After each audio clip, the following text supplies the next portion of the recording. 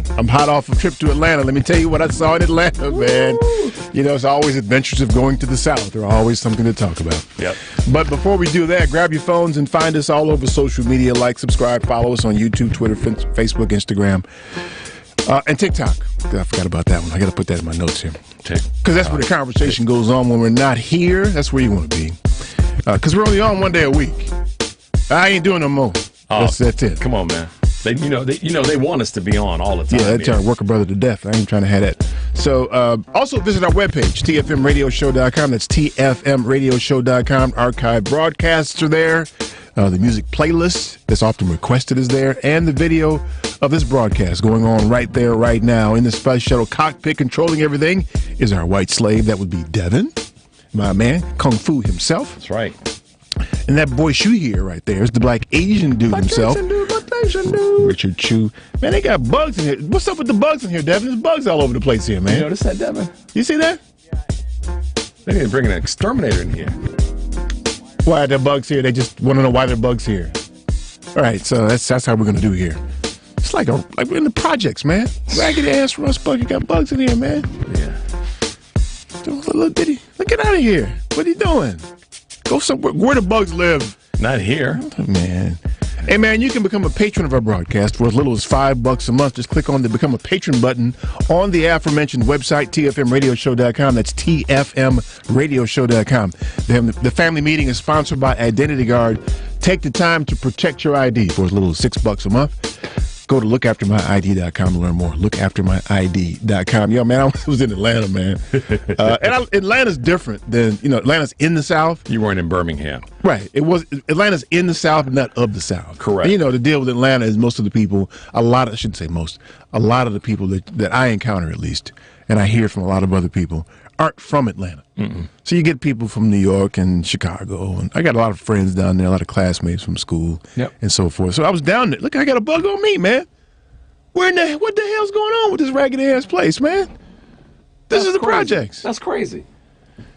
I saw one crawling around up here on the sign and stuff. Y'all need to clean this place up, man. Y'all nasty up here, man. Anyway. Exterminator. Tell him, what's his name? They're remodeling? They're remodeling, okay. Yeah. Devin says they're remodeling in here. Good luck on that. So, I'm going to be killing bugs the whole time, so if you hear this, that's me killing bugs. It's not him trying to get my attention. Yeah, see? So, Atlanta is in the South, but not necessarily of the South. Did I hear something? It's echoing. Oh, hold on. That might be my phone. Yeah, it's your phone making all that noise. See there? That's what it was. Okay, we corrected it. Atlanta. Okay, let me say it again. Atlanta is in the South, but not of the South. Nope. Right? Because it's people from all over the place. It's kind of metropolitan. Yep. It's had black mayors. It's very progressive. It's college town, more or less. Yep. It's the AU centers there. You got 3 black colleges in Atlanta itself, all pushed up close to each other. And most importantly, my baby girl is there. So I got a place to stay when I go. But I'm down there because my best friend, who's been here before, Killer, Will Fisher. Will. He had ended up having quadruple bypass surgery. He had an irregular EKG, and then the fast forward, the end result was, hey man, let's just rip you open and make some changes in there so you don't have that problem anymore. Yeah. So I went to check on him because that's my man, and make sure that he's got a break from what can be a mundane recovery. Yeah. Took him to get a haircut. That's where the fun started. Okay. So, every time I leave the South, when I was in Alabama and this time when I was in Atlanta, I just feel like I'm in some sort of an Andy Griffith bit. Time warp city. Yeah, they commenced to running around and you get that. I'm like, y'all talk like that for real? That's not TV stuff. Really? How you doing over there, bro? That's right, man. What time it is? They do that kind of stuff to you. Clearing their throat on every sentence. So let me tell you what Killer did, and I think he's listening now, so he'll know. He took me to a bar. He warned me about this barbershop. Yeah. I learned something in this barbershop. Yeah. So he told me that the owner and most of the barbers in there are staunch Trump-supporting right-wingers. I said, hold up, Killer. Why are you going to that barbershop? What could you possibly get in that barbershop? And I'm thinking most of us have gone to barbershops. When I went to a barbershop, I had a barber. Yeah. It's my guy. I would go to see him, and I'd wait. This is my guy. He know how my head's shaped and all this thing. He know how to cut this thing. Yeah. Right? So he has a barber who just rented a chair in this shop. So this dude's got "Make America," great hats all over the place. He's got campaign signs for the people who are running for governor and other positions. From the right wing. Trump endorsed candidates. He's got "I hate Stacey Abrams" signs in there. And then there's one black barber in here who's cutting hair. Wait. Oh, okay, so you just brought that curve, because I was like, right? Yeah, it's all that going on at the same time. And one black barber. Yeah, and so that Will is seeing. Black folks, especially black men who are listening, you understand the barbershop environment, right? It ain't like that for us. No, it's communal. There's a lot of different things. It's safe. Yeah, you might get told off, and you may need it. Yeah, you might learn a lot. You might learn a lot. You usually got some old dude over in the corner. It's the famous scene from Coming to America with Eddie Murphy. Yeah, the barbershop scenes you saw. Yeah. It's a lot. It really is a lot like that. I mean, I will give Cube some credit. He did a decent job in depicting that. Right. I mean, call it what you will, but that's a whole rhythm with going to a black barbershop. It is. It is. Or a black beautician shop, as it were. It is. It is. So this is what I learned, though. And I don't think I ever realized this. I think I may have seen this in passing a couple of times. But I've never seen white people get their hair cut before. At all? Really? I mean, you might see it, a partial scene in a movie or a TV show. Yeah. But I've never been in a barbershop where white people are getting their hair cut. So, I just figured they just took scissors and did their thing. Oh, I don't know what they're doing, but they were spraying it with water and they were combing it around his head. And I watched several happen. I was like, wow. So that's how y'all cut your hair. I hadn't realized it to that point. And I don't know if y'all realize how we cut our hair, right? I mean, usually we get our hair cut at a black barbershop, and it's all black people getting their hair cut. There's no white people in there getting their hair cut. And if there is a white dude in there, he's cutting a brother's hair on the rare occasion. He's probably Puerto Rican. He probably ain't white. Yeah, it's true. Right. Okay, good call. Right. So, but this was not the case. So, in addition to being in a white barbershop with one black barber, who knew how to cut white people's hair, by the way, which ironically most do. Yeah, exactly. It was an experience for me. I sat quiet because there wasn't nothing for me to say. Right. As uncomfortable as I was, and how were you really uncomfortable? Yeah. I mean, in what way? In what way? Because people who have those signs up and those hats up, they harbor a certain sentiment that I fundamentally disagree with, and they support certain things that are, I'm being kind, antisocial, and can bring harm to me and or my children. They create a home for people who wish harm on my children, and that's problematic for me. Yep. So for me, it was just focusing on Killer, making sure he got out what he wanted to get out. He tends to be a fairly jovial guy, so he was joking with the owner of the shop, who was a straight up, Andy Griffith, and what all, and all that kind of stuff. Was this like they was commencing to fussing and the what all, just that kind of thing. Good Lord, yeah, man.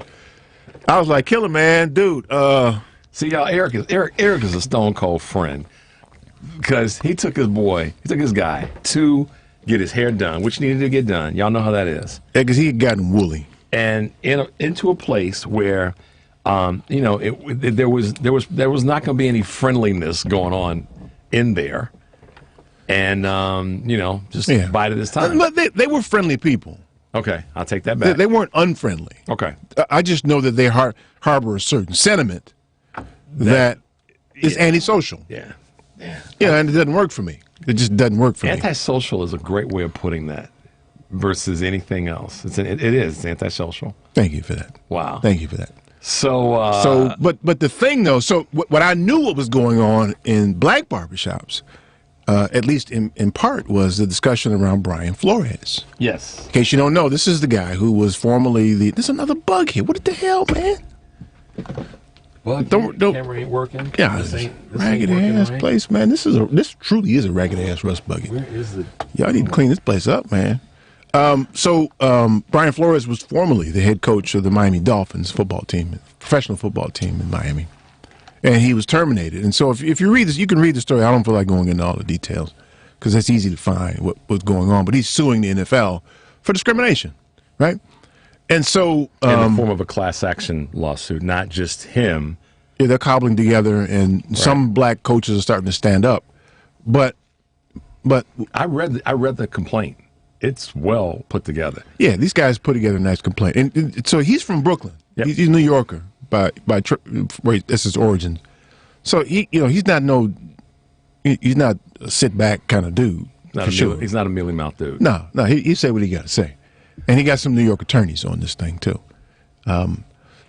But one thing that stood out for me, you coming in to kill bugs, man, or what? Your camera's not even on you. My camera's not on either. What kind of ragged ass? Facing the wall. Kill more. Why and yeah. Is that good? That works, man. Yeah, I think we can see you now. Yeah, am I okay? Yeah, okay. Wow, so that's behind the curtain thing for you. So he did an interview before I left town on CNN with this dude Berman, John Berman, I think his name is. That dude's always on TV, by the way. It's like he don't never go home. Go home. He got a wife, or kids, or something, man. Go home, man. Damn. Yeah, maybe she don't want him around. And so it was a 2-part interview. They went to a break and came back, and he talked to him some more. But one thing he said out loud, John Berman said to him out loud, you know, this means that your professional football career is over. He said it out loud. Yeah. And I was thinking to myself, the racism part that they've got to prove in court is a big problem all by itself. The mere fact that right-minded people know. And it was just matter of fact. And I keep seeing it repeated everywhere I go. He'll never coach again. He's the Curt Flood. They called him the Curt Flood of the NFL this year. Yeah. And read up on Curt Flood because he was the first guy. He created free agency. If it weren't for him. For all intents and purposes. Well, he did. Yeah. That feels like the most insidious part of this. The fact that he spoke up, spoke his truth. And you know that he's going to be treated like Colin Kaepernick. Yep. Right? Well, and they're going to sit around. This is the part that pisses me off. They're going to sit around acting like ain't that. Like you're not seeing what you see. Mm-hmm. Nope, he wasn't. This is what they're gonna flood the zone. No pun intended in football. They're gonna flood the zone with his coaching record. They're gonna try to dig up some dirt on him. They're gonna find some things that will separate him from being a quality coach for the team. Right. And Elway and his boy, who rolled into that interview apparently drunk, are already saying that they're taking that apart and trying to say that part of the affidavit's not accurate, and so they're gonna Berman's right, and the fact that he said it out loud in the manner in which he did, matter of factly, I know what you're talking. You know, I saw it. They're going to tear him apart. So that whether they win or lose so they can say it's not because of his race or because it's what he's done. Correct. Right. They're just going to say he's not a good coach. It's performance-based. It's all these things. And they're going to try to measure his performance to somebody else that's white that also they're going to do that. That's the game. We already know how that's going to play out.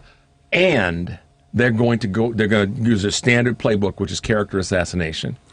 Lovie Smith took the Chicago Bears to the Super Bowl the same year that with Tony Rex Grossman playing quarterback. Right. Rex Grossman. Right.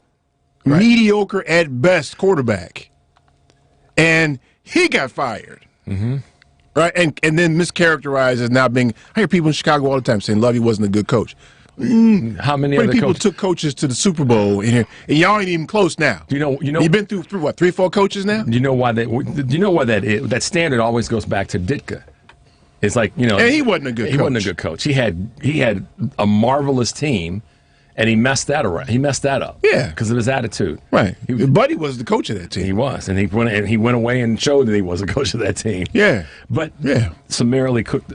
Anyhow, and we'll go down that road too far. So the worst part about it is that that feels like the most insidious part of what's happening here is that you know that they're going to retaliate by basically blackballing him, and everybody knows it, and then they're going to go about the business of crafting a story that makes you believe everything except he's being blackballed, the same way they've done Colin Kaepernick. And here's the part that is crazy, and I would encourage you guys, if you have a contractual relationship with somebody, oftentimes we get contracts with people, and there's a provision in there called an arbitration clause. Right. I was talking to a friend of mine who's a sports agent the other day, and he says the arbitration clause is going to could lift this thing out of court. Mm-hmm.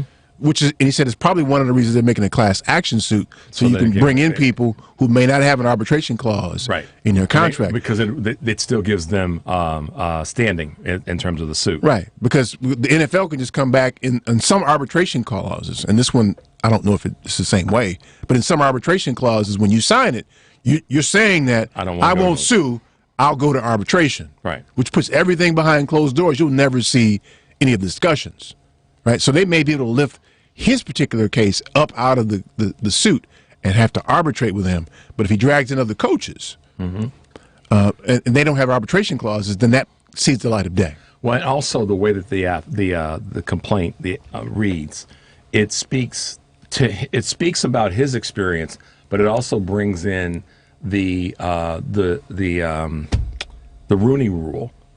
In terms of that's garbage too. It is, but it brings in the fallacy of that. So what seems to be smart by his attorneys is they've crafted this affidavit and the complaint less about his personal experience, a singular experience, which could fall to the whims of arbitration, and broadened it to a systemic pattern in the NFL. And I think that will allow it to pass by. It's a tough case to prove, though, because there's so many ways you can try to describe it as, like you said earlier, about putting his record up and all kind of things you can do to try to just muddy the waters. Sure. Make it a confusing discussion, because I think it's proven without a reasonable doubt. Or is that just murder? No, in this case, there has to be the defense. I'm sorry. In this case, the complainant has to show that, because a part of this is based on money. So they're going to have to show that because of the fact that that the hiring practices were faulty and that the maintenance of coaches on teams was faulty, that there was a monetary loss that the coaches suffered. Might have to get some lawyers in here to explain that stuff. So, as I read it now. Again, right. Yeah. And I don't want to dive deep on the lawyer side of this thing, because we can't unpack that the way a lawyer can. But just the unspoken part, and the fact that the system is going to go about the business now of trying to make us believe that we're not seeing what we're seeing. Well, right? And that's a huge problem to me. That is you urinating on me and telling me it's raining, and that makes me mad. From a racial conversation standpoint, it's the same thing that's happening with the SCOTUS right now. Yeah, same thing with the black woman. Let's make it be that we don't see and hear what we are seeing and hearing. Right. Hey, y'all, the number is 773-763-9278. Stay tuned for more of the Family Meeting.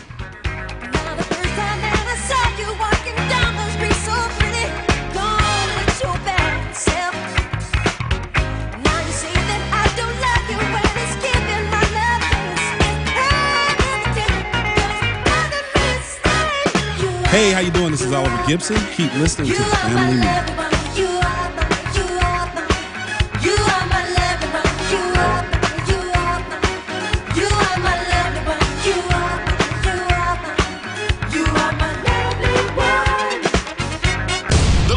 Of Darnell Lyles is ready to help you, whether it's personal injury, criminal, DUI, and OWI, nursing home, product liability, it doesn't matter. Call 219-939-9LAW. That's 219-939-9529. That's right. When you're driving and get into a wreck. You better call Darnell. Had a few drinks too many? A cop hits you with a DUI or OWI? Think you better call Darnell. Arrested and facing criminal charges, misdemeanor or felony? I think you better call Darnell. Purchase a product that causes you or a loved one harm?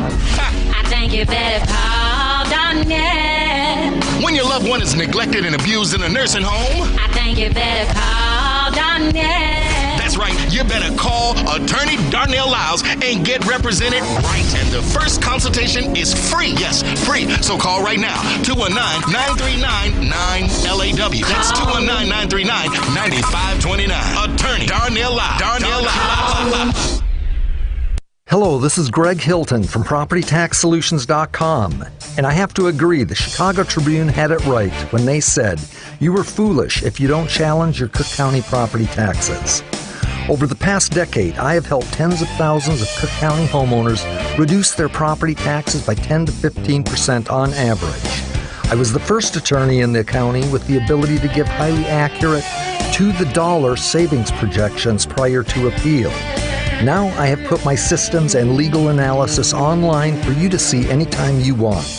Go to PropertyTaxSolutions.com and look up your property by address or PIN number to get my professional opinion of your tax assessment.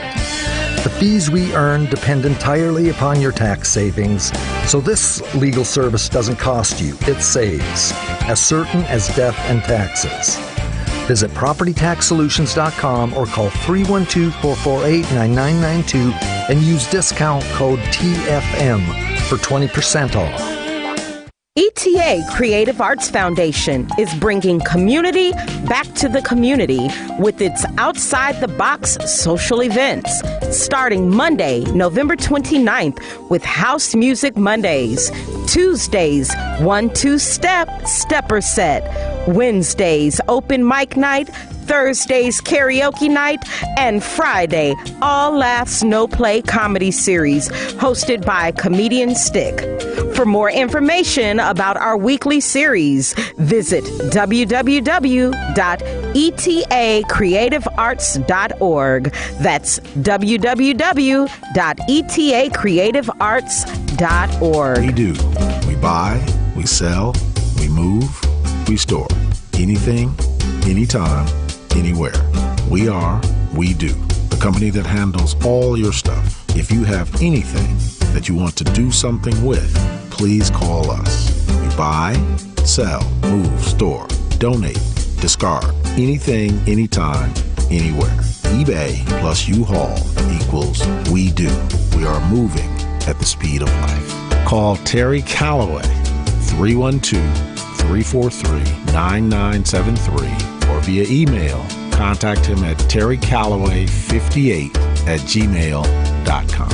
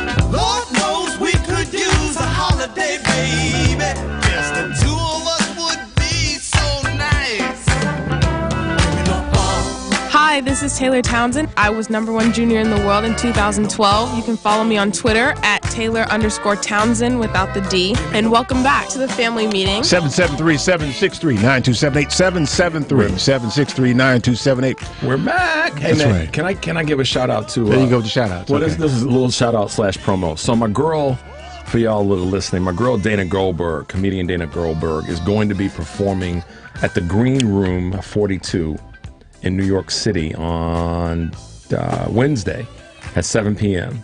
You can go to their website, the Green Room 42, grab some tickets. It's gonna be live broadcast, and then there's also, if you happen to be in New York City, you can check it out that way as well. Green Room is downtown too, right? Yeah. So she's gonna be doing her thing. LGBT community comedian. She's really good, and y'all should check her out. So Dana Goldberg live on Wednesday at 7 p.m.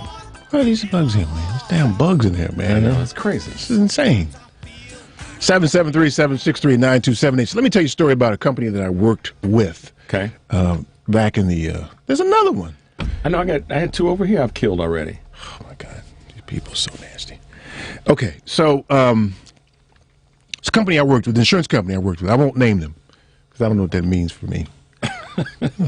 You're just too smart to not do that. Yeah, So. I don't think there's any use in doing that. It's just kind of an example. Right. So if you can Google it, based on the story, you can Google them and then find out who they are. So there was a judge in Atlanta who determined that this particular insurance company hadn't promoted enough black managers, not proportionate with the population where they tended to set up sales offices. Right. Brought on by, of course, a black agent who wasn't promoted in a timely manner. So the judge decided that for, I think it was 5 years, that they had to meet certain hiring goals for promoting black managers. Right. And the number that the judge was able to conjure up was based on a formula where it used the local population as the barometer. So if 20% of your population was black, roughly, then you had to have 20% of your managers be black. Right. That kind of thing, right? And this company decided, you know what? Because the judge said, listen, if you can't do it or don't do it, it's $1 million fine. Every year you don't do it. I think it was like 5 years. The company said, we'll just pay the fine. Mm-hmm. Versus just going ahead and hiring some black people, we'll just pay the fine. Yeah. Right? So the NFL's in a similar situation right now. They could, versus all this thing they're getting ready to do, they could just solve the problem. You got 70 or so % of your players are black, right? It makes sense, right? To have some black coaches, some head coaches, not just You're not saying position 70%. coaches. You're not saying 70% necessarily, Right. but better than where it is. Be purposeful and deliberate about fixing that problem. It don't make any sense to not have black coaches. It just doesn't. Yeah. Why go through all this just hand-wringing and all these dances? Trying to prove themselves out of, we're not racist, we haven't done racist things, we haven't conducted ourselves in a biased way. Rather than do that, just go, you know what, y'all? Maybe this is the behind the closed doors negotiation. Listen, we've been dropping the ball. It's clear that we have. Say that. Just say that. So help us fix it. But see, here's part of the problem, E, and I know you're telling a bigger story, but one of the things that I think I know for a fact, one of the reasons that I respect Eric so much is that Eric has the capacity to quickly go, hey man, that's on me. Very quickly. I do the same thing because it's a lot easier, and we don't fight over money professionally. We just don't, because it ain't worth it. So it's just, what's the point? Eric has the capacity to go, hey man, that's on me. And then we move on. And what I've noticed recently is that a lot of people in high positions, politically, left, right, in the middle, sports, business in general, and on religion, seem to have lost a basic piece of humanity, which is, you know what, man, I messed up. That's on me. How can we get this right and move forward? What can we do? Right. Rather than taking the position of, hey, man, I didn't do that. I wasn't one. I was down the street. That was my cousin from Buffalo. Right. And all this other stuff. Oh, but we've been trying to really, but we're not racist. We haven't been. No, you are. Members of the Biden administration did it this week when the press asked them about their little attack where they killed, this terrorist was killed. Yeah. Well, where's the proof? You said he blew himself up. Y'all lie sometimes. This is not a left or right thing. This is a government thing. Y'all lie sometimes. So where's the proof? Yeah. And they were basically like, just trust us. Oh, hell no. Oh, hell no. Not even you. And although the outcome is based on what we may know is favorable. But they end up killing his wife and his children too. Right. So they don't want that on him. So if you blew up his wife and children and him, I got a problem with that. Right. I don't care if you're a Democrat or Republican. I got a problem with that. At the end of the day. So that's the part that's frustrating about where the NFL is about to go. They're grinding the wheels now. They're warming up the engines now. You can hear them warming up. They're going to take the position that it's not us. We've been doing everything we can, and why don't y'all just be happy and shut the blank up? We doing what not what we're supposed to do, but what we feel like we're going to do. Rather than doing that, just say, hey, look, y'all, the results are there. Yeah. If they want to take the position of, well, we're going to put his record up against a white coach record and say that's justification. Okay, well, if we're going to use that methodology, then we get to do the same damn thing when it comes to what are the rules? What are the rules? Because if that's your approach, we're going to do the same thing. Right. And we get a hell of a lot more evidence to prove our case than you do yours, because we got a history of a business that's performed this way. I was in a board meeting for an organization I'm on right now. I won't name them either. Eric's very clandestine right now, y'all. Well, you're going to know which boards I'm on, so I'm not going to tell you which board it is. But there's a project going on. We had a contractor, another bug, on a board meeting, and your boy asked the question, right?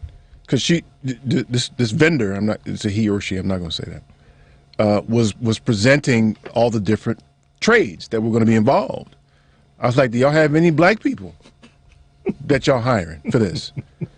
And so there's a bevy of answers you can dig into a box and get out, right? Yeah. And the one of the many that is offensive to me, first off, well, okay, I'm not going to say that. That this person used was no, but if you know any.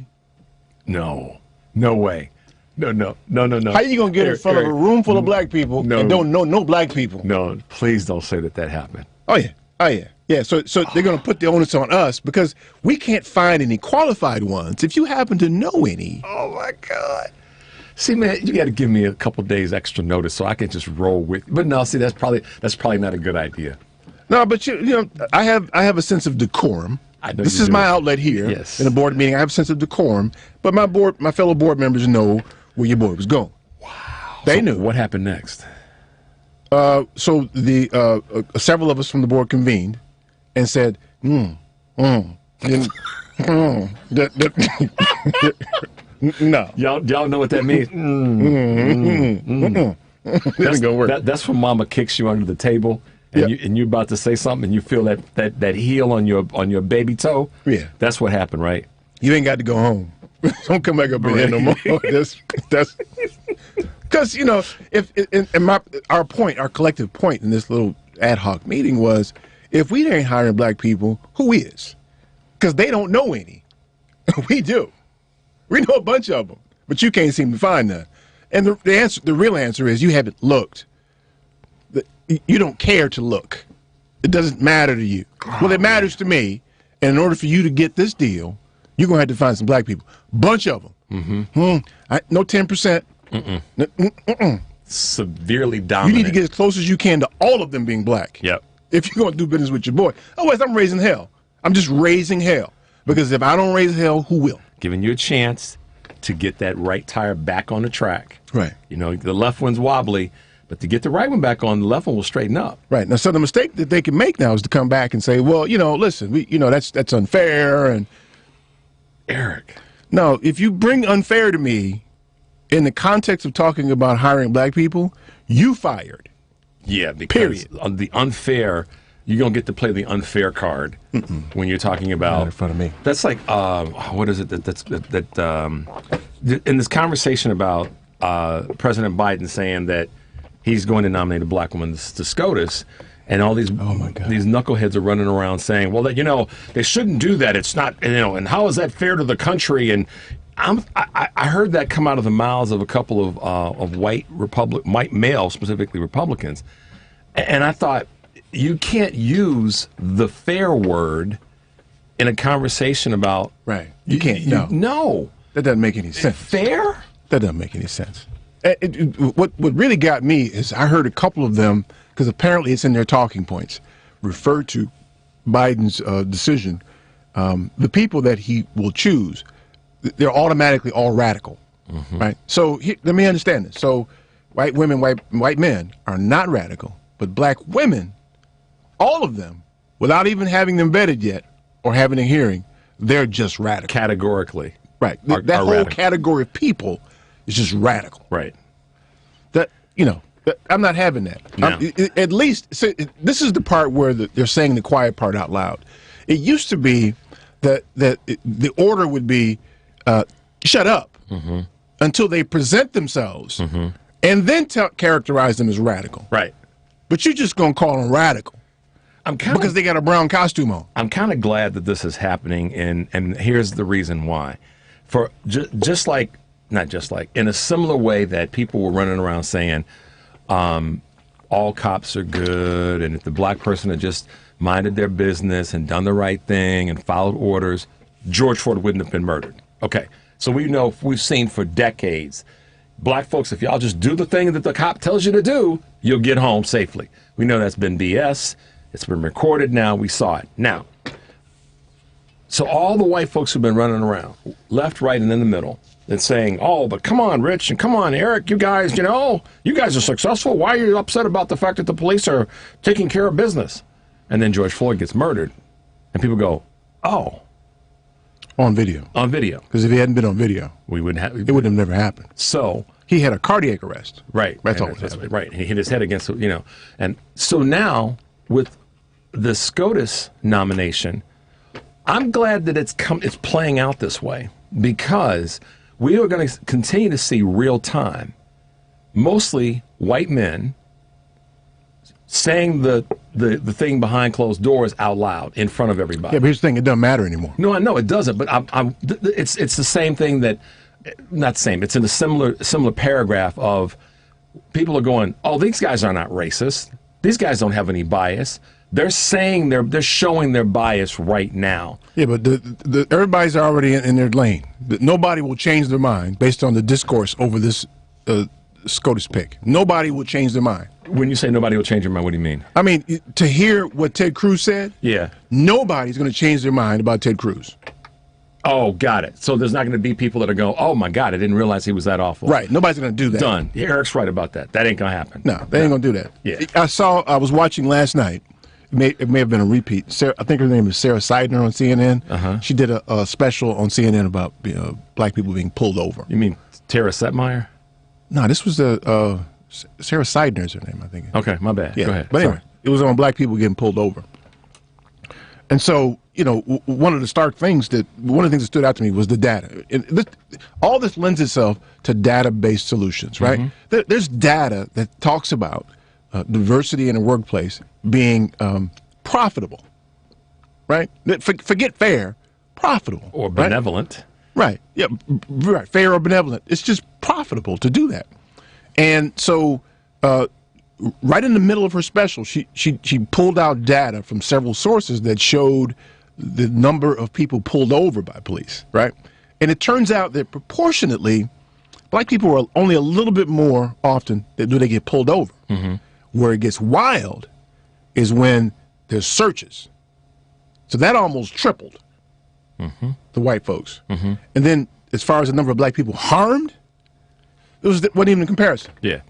Right? It was like almost all the black people, all the people who are harmed in a stop are black people. Well, the interesting thing that causes the pullover to escalate is if y'all didn't catch this, is the number of searches.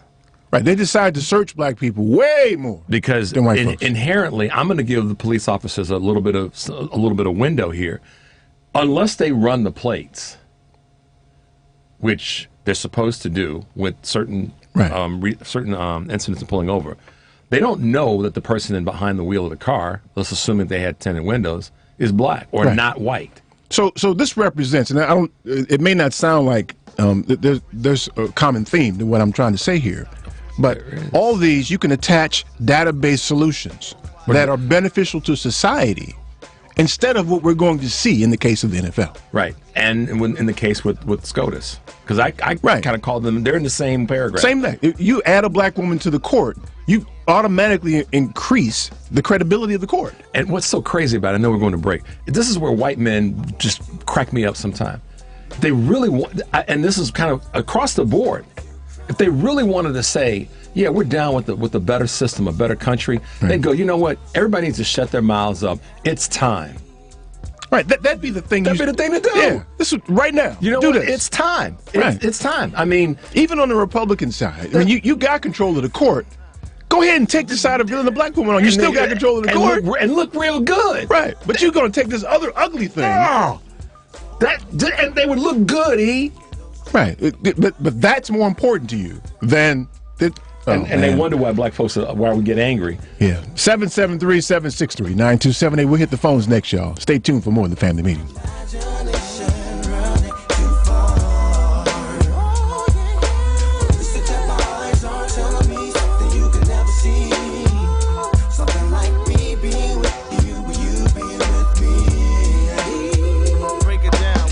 This is Robert Salvador, keep listening to the Family Meeting.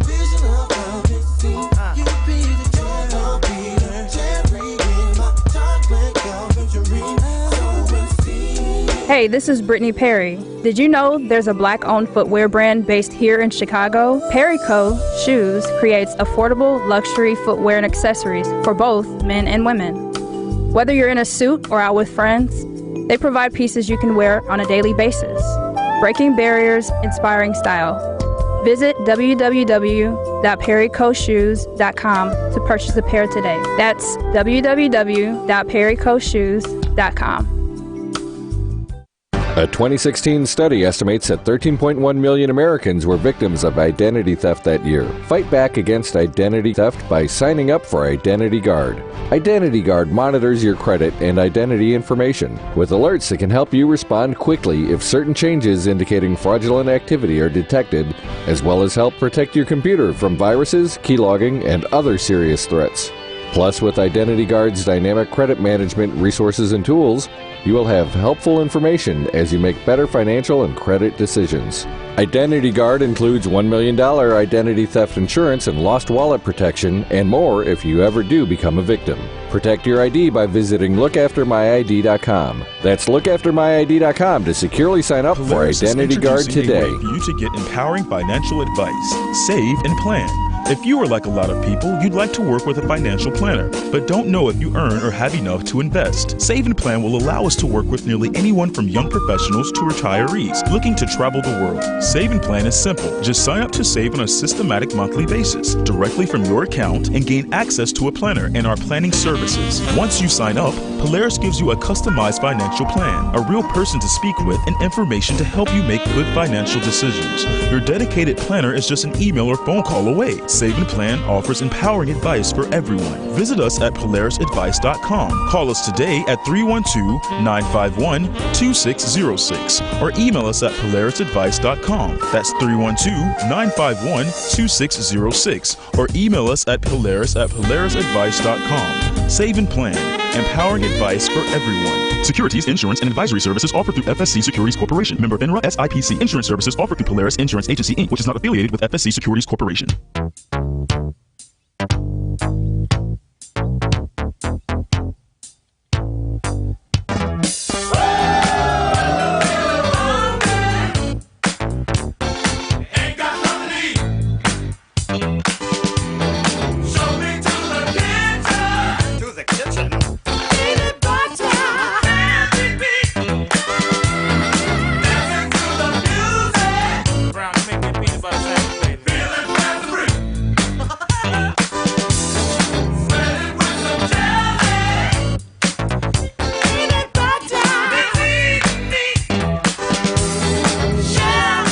Hi, this is Tommy Nelson. Visit me at A Custom Cabinet Design, Facebook.com. Welcome back to the Family Meeting. 773-763-9278, 773-927-9278. So, Lenny White was part of that whole group of cats from New York. Yeah, I know. Bernard Wright and I think James Ntoumi, he just died recently, was involved. And the bass player. Yep, you know who I'm talking about. Yes, I do. Yeah, they tried to put together a little group and bring funk out of New York. I watched an interesting show on Netflix. You may have already Marcus seen it. Miller. Marcus Miller. I knew. It was right on my tip. Yeah. On Miles Davis. I mean, a lot of it we knew, but a lot we didn't know. On Netflix? Yeah, did you see that? Yeah, I saw that. Yeah, it was good. And that's why when you said that, it made me think of Marcus Miller, because he's a genius. Big part of that comeback. He's a genius. All right, let me get Dwight calling from the South Side here. Dwight, what's new, man? Hey, Dwight. Hello. Hey, man. Yeah, hey, how you guys doing? Good, man. How you? All right, on this Sunday. Yeah, I called in. I was just touching base with, people not knowing what white privilege is. You just look at how they're treating the people that went up there to the Capitol with weapons, forced their way in. I made an analogy once with a coworker that happened to be a Trump humper. And I told her, I said, now this kid in, Racine or somewhere like that in Wisconsin, where he got shot 7 times in the back. Yeah, Jacob Blake. Yeah. Jacob Blake. And that put his name on it, Jacob Blake. 7 times. Now, you can rush in the Capitol and not get any put in you? Mm-hmm. Yep. Well, that was different. He didn't listen to what the police did. Really. So, I'm with you, Eric. I gave up on them. If I know that's how they're leaning, I don't need to know anymore. And I really don't want to be bothered with people like that. I really don't. I think it's a waste of time. I'm getting up in age, and all the time I got, I want to use it wisely. And next time I'll never get back.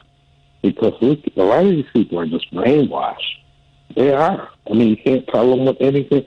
You can't reason with them, you know? Mm-mm. And I just truly believe the Civil War never ended, fellas. Yeah. I'm offended by people who ask me to try to work with them. I'm offended by that. Exactly. And Eric, Dwight, Eric is a fair-minded dude. I mean, I know this on a personal level and certainly with regard to business. He ain't going to treat you wrong, but that kind of craziness on, that's just... Yeah. You better not ask me to try to be nice to them. You better not. And I just want to touch on the Florida situation. Yeah, please. You know, throughout history, we have to have somebody to be brave enough to stand up and take a stand. And it opens the floodgates for others coming behind them. And I just applaud him for doing that. The thing is, look at the league, look at the players, look at the coaches. That's all you got to do. Yeah. You don't have to do anything else. Look at that. Yeah. There's representation, and we got qualified brothers that aren't getting their shot. And sisters. It's not right. And sisters. Yeah, and sisters. Yeah. Sisters, it's just not right. Yeah. But more... 2022. Wow. I think even more importantly, how is it just a known fact that you're penalized for highlighting unfairness? Right. Why is that a penalty? Exactly. In an environment where people say, let's play by the rules and let's do things the right way. And, they talk from the back of their throats on how the order should be. But the minute somebody brings the order, or as Eric always says, the rules to the forefront, then it's like, well, that's what's going to happen. And there's penalties and harm. No pun intended. Yeah. I'll just say this before I get off. I've been in a position of leadership over people. I'll say that, over people, certain people, white people. And it's different. It's different for them if they never had that. Right. They don't know how to react. If you say something and you're affirmative in what you're saying, you're the mad, mean black guy. Mm-hmm. Yeah. And the thing is, and I told a guy one time, I said, you know what, you think I'm loud? You need to come to my family reunion. Right. But he didn't get it. But the thing is, the stereotype, you have to put that aside and embrace the diversity. This person being a leader is not going to be like this person because they're two different cultures. They're coming from two different places, right. And they don't talk the same way, and they don't express themselves the same way. Yeah. But as long as they get the job done, that's the main thing. That's right. Qualified. Yep. You guys have a good day, man. Thanks. Hey, man. You too, Dwight. Stay safe, brother. Man. Let me get Jim in here. Calling from Chicago. Hey, Jim. What's new, man? Hey, Jim. Hi. Hi. Good afternoon, guys. I'm just thinking about the 900,000 Americans that lost their lives. It's probably 30% higher. I know that the senators are trying to get down to brass tacks, and you have a 9/11 commission to find out what went wrong. What gets me is the internet. If it worked properly, I think it would have saved lives instead of taking lives by misinformation. And the other thing that galls me is the Republicans with this mask business. As far as I'm concerned, they look better in masks to me. They should keep in masks forever. But the point is, why would anybody think their freedom was being taken away by wearing a mask in a contagious pandemic? I know this will be studied over the years. You take the 1917 to 1918 flu epidemic. There was no television. There was no radio. There was no internet. And you think that 100 years later that we would have improved on it. But anyway, they're going to go after that, and so this is going to be amazing. Who dropped the ball, and why did we end up in the United States as the leading leader in deaths and infection rate on the earth? And we're supposed to be the great country. Anyway, you guys have a great afternoon, and thanks for taking my call. Thanks, man. I appreciate it. Here's the funny thing about that, too, is that, and I think, first off, y'all got to reconcile with this. I'm talking about mainly the white community.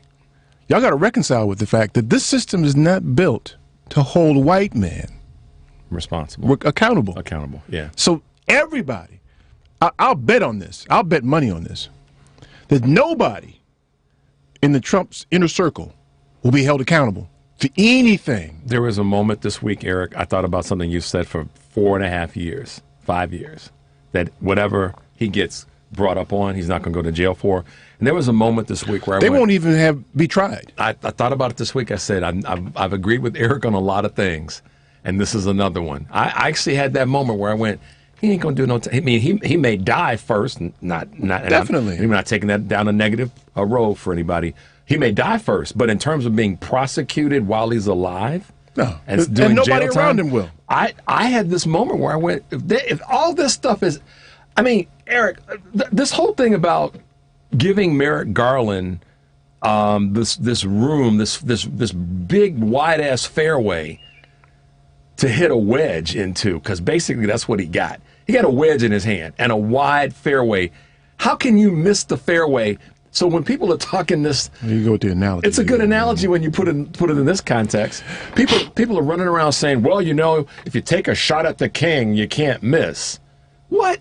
You got Mueller had 10 areas to indict this mug.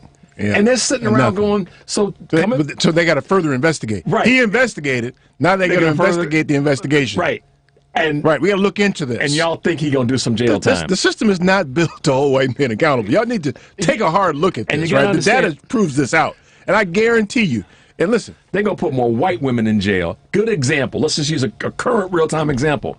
The white female officer up in Wisconsin. What did we say was going to happen? She was going to do some jail time, but the numbers of white guys. But the cop before her who killed George Floyd, right? I knew he was going because they needed to have somebody. They needed to sacrifice somebody to get the heat off of. And yet before the grace of God, a tape that was virtually undeniable. Absent the tape, it would have been a whole different narrative. And a good example is this boy here locally who murdered Laquan McDonald. He's out. He's out now. He's out. Going to hang out with his daughter. Yep. So the system, going back to what Eric said, is not built to put white guys in jail, and if so, for any extended period of time. Look how the system responded to these white guys in Georgia. They were trying everything they could. Right. I think the state even agreed to move them out of the higher risk prison. Mm-hmm. The state, the people who prosecute him, were participating and making it a little easier on them. We can't make it quite that hard. Yeah, we had to serve them up because there was too much heat. We need to make it a little easier on them. And if you think we're just the state participated in that. Come on, y'all. And the judge said, "Oh hell no." If you think we're making this up, we got so much data on this. Let's just look at any black person in history that's been killed by someone white, and how much time they really did, and how much was done to try to get them out. Just look at the data. Just look at the data. Yeah, because all you can conclude from the data is either one of two things. The criminal justice data. Either black people are more prone to commit crimes, or the system's unfair. Which one you going to choose? Let me get my man David calling from Sacramento, California. Dave, what's new, man? Hey, Dave. Yeah, what the hell is going on with Minnesota or Minneapolis with this mayor? Why, can you tell me, why is he still there? Why hasn't these idiots who are ignorant voters still put him into office? Why is this police chief still there? I think they changed police chiefs now. Yeah, they did. And Dave, I want to know what the hell's going on in Minnesota. The majority of the nationally newsed murders of police officers by police officers come out. I mean, what's in the Minneapolis. Water? What the hell's in the water, You Dave? understand? You understand my point is that what I don't understand is that this guy is a wuss. He basically gives a speech and walks off, after he gives a stupid, like a state of address. He walks off. He's a wuss. Why is he still there, people? Get him out. Get this guy out. Yeah. Now, I understand he's being supported by the union. Why is he still there? And on top of that, and I understand is this, the point what I'm trying to make is that these other clowns that are trying to use the system, trying to get off because on a federal indictment because of hate crimes, I am sorry. I wish the same jury that put this idiot officer in jail are the same jury that we can convict the idiots that went in there and barged into this 22-year-old kid's house. I want the same jury. Convict them. That's all they have to do, people. You are the people. You are the ones that are going to be the ones that throw these idiots in jail.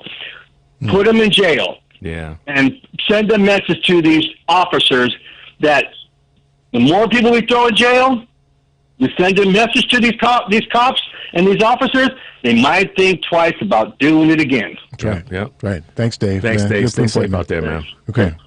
Sacramento, California. California. Yeah, it's the thing, man. So, I think where I'm headed with this, and I hope everybody kind of helps me lean that direction so we don't wander off another direction, is this is an opportunity to just do the right thing. That's as it relates to the SCOTUS, as it relates to black coaches in the NFL, as it relates to the justice system and pulling black people over. Listen, the data says this thing, right? Instead of fighting it, this is your chance. Yeah, it is. That's what So blows me and Eric away. In addition to being your chance, it's your chance, those of you listening, to insist that they take full advantage of this. Yeah. The data says something. We need to do something about it. And let me add this to what Eric's saying.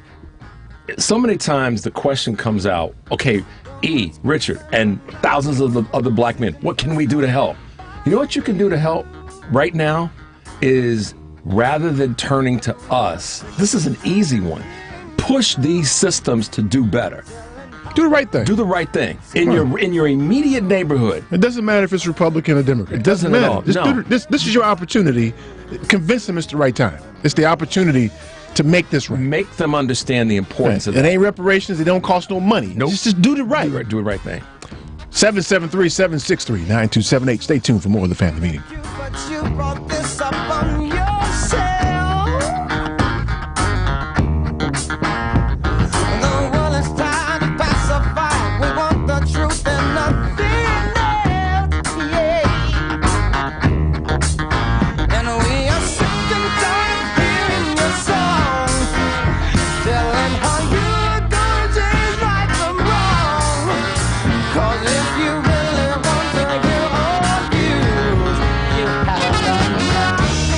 Good afternoon, Chicago.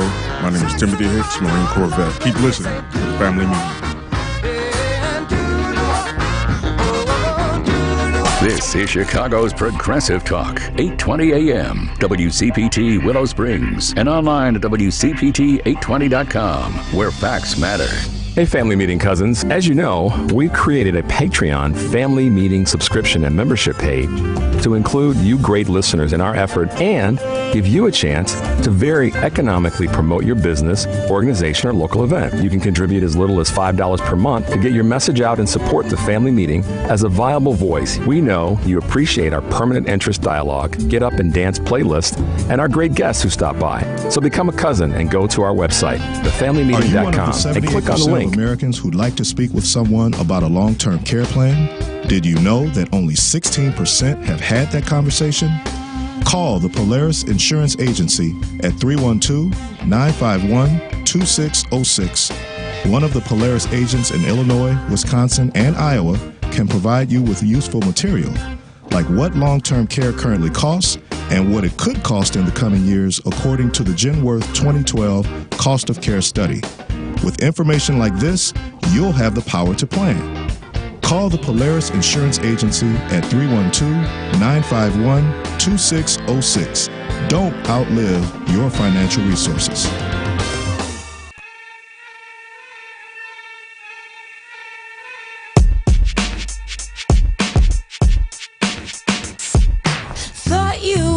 just another Romeo, the shoe you pass by in the store window. But soon as I got home, I wish I bought you instead. I got it bad, I'll take the black, take the navy and red. No other man has ever had quite this effect. I sleep alone 'cause there's no room in my bed for any other lover with no gun to my head. Your kisses hold me hostage and I don't wanna stop it 'cause I only Hello, this is Kevin Pitts of Performance Consulting Group, and that is performanceconsultinggrp.com. Welcome back to the family meeting. Number 773-763-9278, 773-763-9278. I was teasing my boy Kevin the other day. He's in Louisiana now. Right. Like in rural Louisiana. Oh, Lord. Working for one of the colleges down there. And so he said, well, why don't you give me a Howard t-shirt, man? Give me a Howard t-shirt. He said, you know what size I am? I said, yeah. Fat. Wait, 4X? It's bigger than that. Fat. Just fat. You want fat. Give me that size. Just wait. Walk in the store and say, y'all got anything in fat? we got 2 pieces of fabric and a needle and thread. Right, you're wrap it around you in big head. 773-763-9278. So here's the thing, y'all. So here again. So this is another amongst many pivot points that we can take full advantage of here by doing the right thing. The data says one thing. It's an opportunity to do the right thing. And so the pushback, the immediate pushback in the case of the NFL, in all these instances, is really 2 conclusions as it relates to fairness. One, in the NFL, either black coaches aren't smart enough to be NFL coaches, right? Wait. So, or you can't find any, right? Which side are you going to take? Let's take some data on the number of years it took a black coach to get a team to the Super Bowl or to the conference championship from the date that they became head coach. I don't remember what that was. I know Tony Dungy was the first one to win a Super Bowl, but I don't remember. Tony went quickly. Mike Tomlin went quickly. Lovey went quickly. I mean, it didn't take 5 seasons to get to it. And as soon as the record got a little shaky, they fired him. They fired him because they had the white dude waiting in the wings to come in and mess it up and full make advantage of it. Right. Yeah. Well, and we could take that. John Gruden went down and messed up Lovie Smith's work. Bingo. Yeah. We could take that conversation broader into the NBA to a great extent. Yeah, I mean, but it's across the board, right? Because you could use the same thing as it relates. Look at baseball. When Dusty was running the Cubs. Right. They was getting down. Right. But now it's kind of 50-50, so we won't let you go now. Yeah. Let some white guy step in, and he'll do it from here. Brooks Robinson, same thing. He was. Yeah. So listen. Yes, we are bringing out the conversation about the balance or the imbalance of, if you want to use the word fairness, what's fair, versus what's not fair in this arena. Well, I mean, I think fair is a little too benevolent for my argument. I don't want it for it to be fair. It has to be torn down and rebuilt because where it is now, the system is not. Because I don't watch no NFL football anymore. I'm not that interested anymore. I know too much now. I can't get in. Hey, man, we came back from my friend's funeral the Saturday of the 49ers Green Bay game.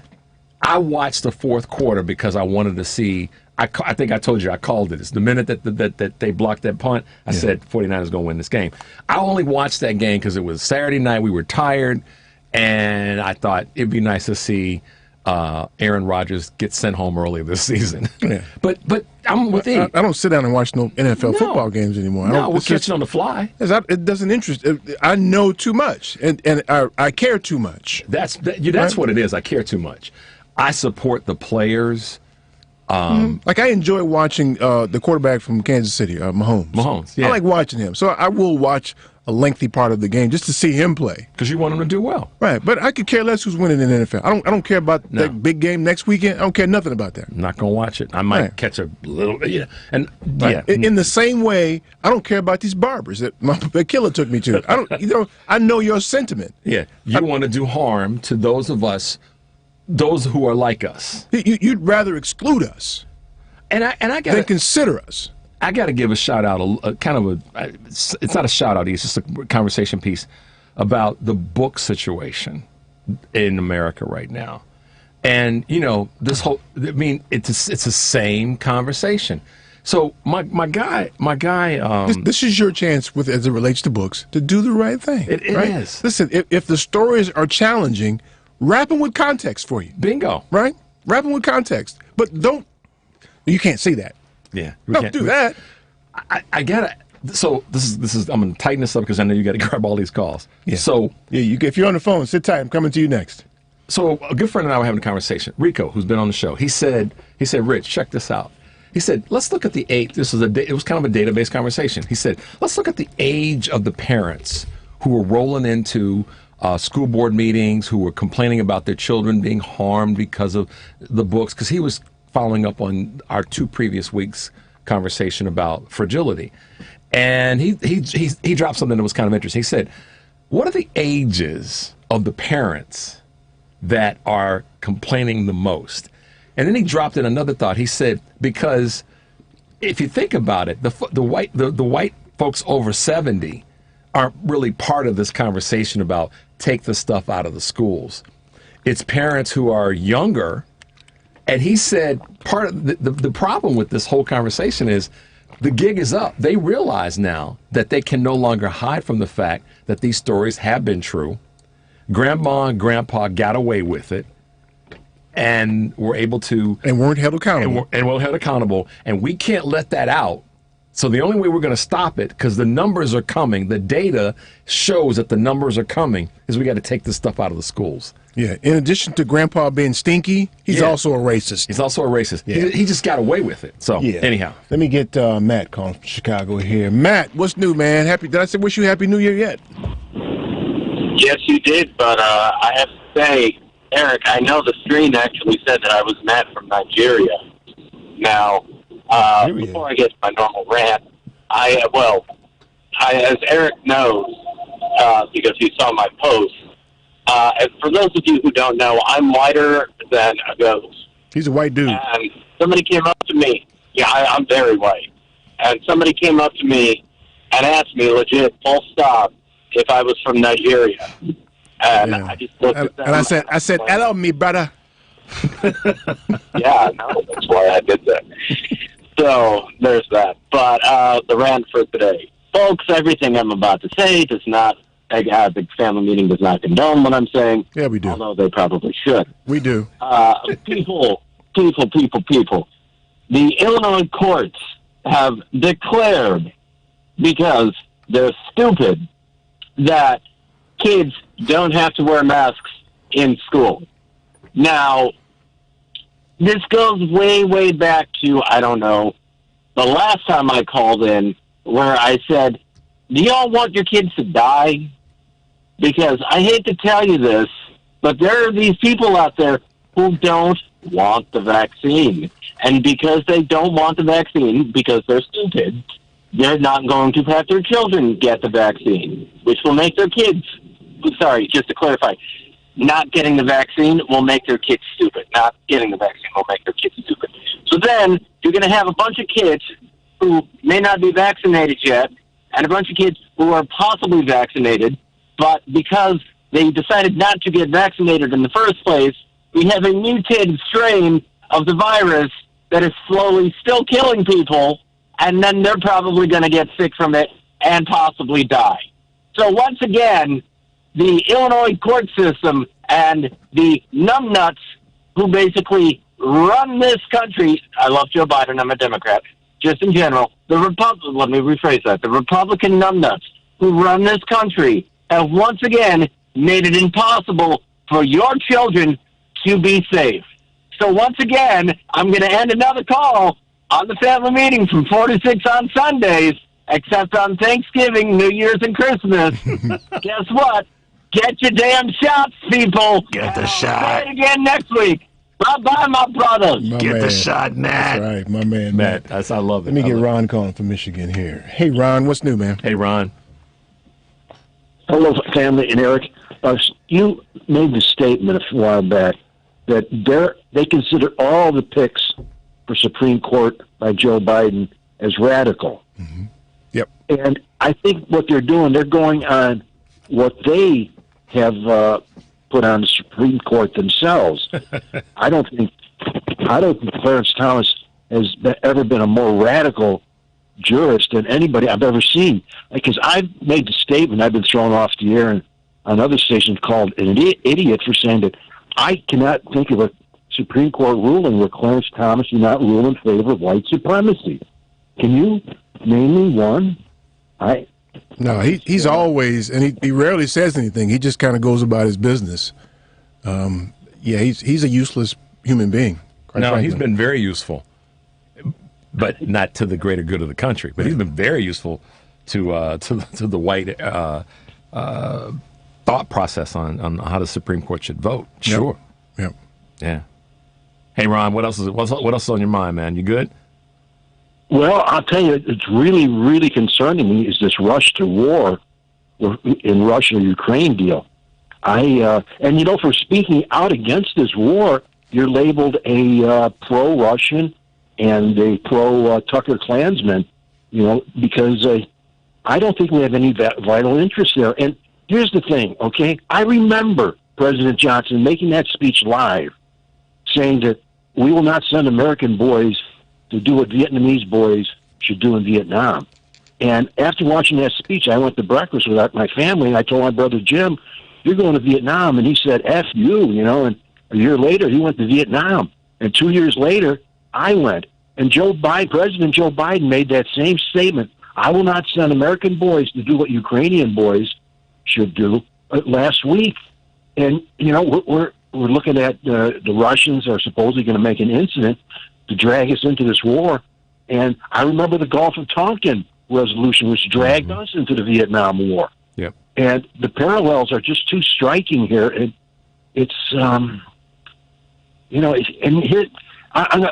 not going to go up against guys in Ho Chi Minh sandals and AK-47s, and wearing turbans and suicide vests. We're going up against the best tanks, and atomic bombs can be up your chimney in 2 hours.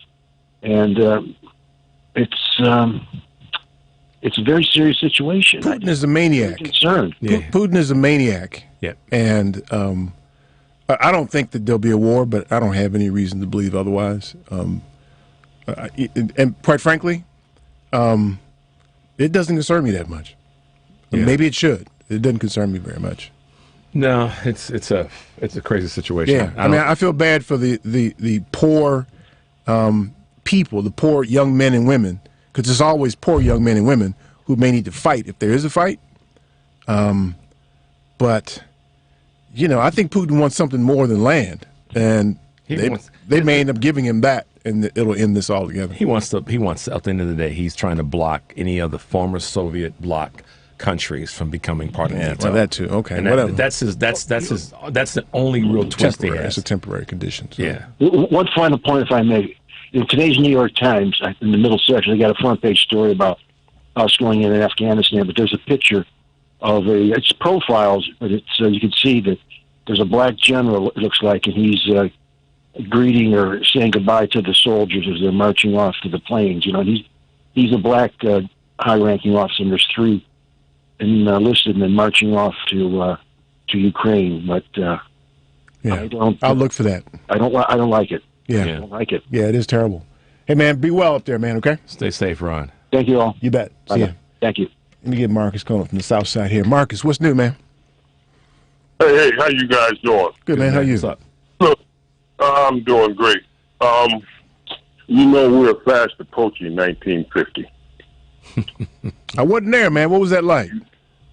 Well, I wasn't there either, but I can read a history book.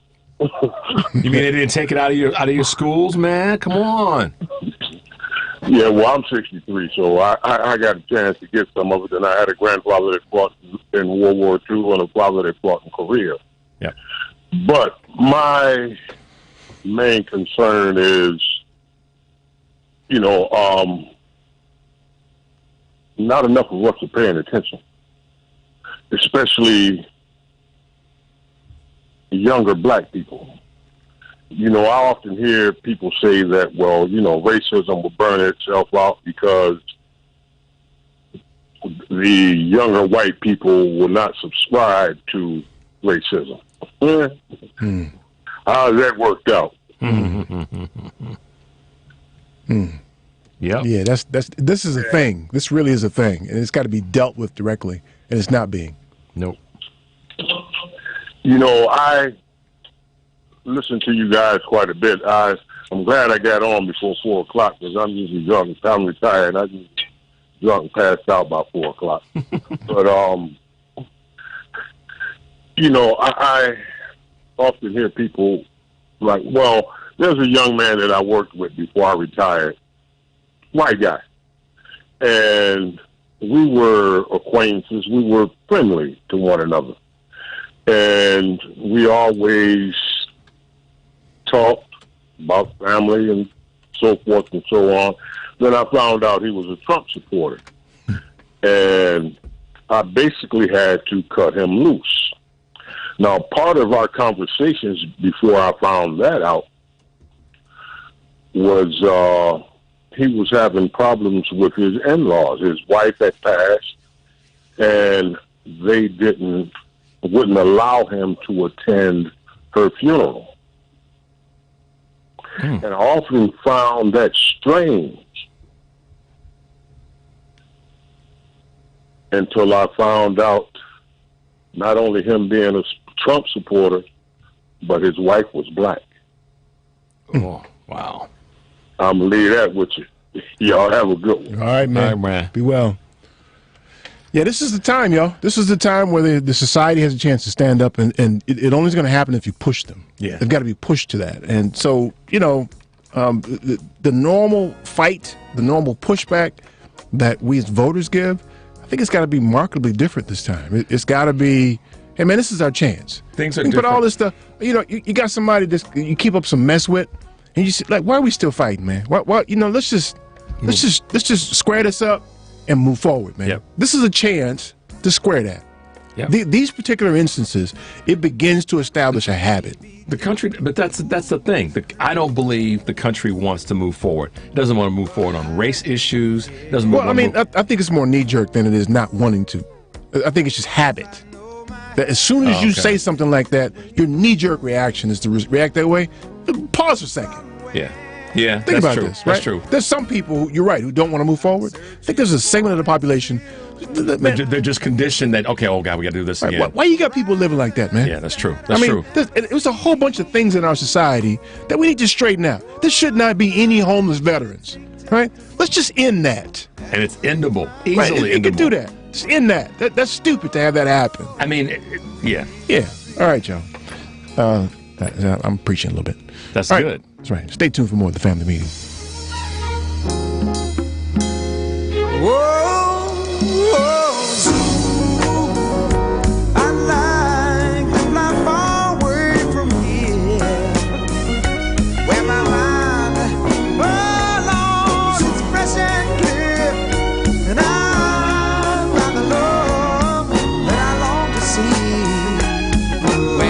Hi, I'm Vic Miller Wathen. Keep listening to the Family Meeting.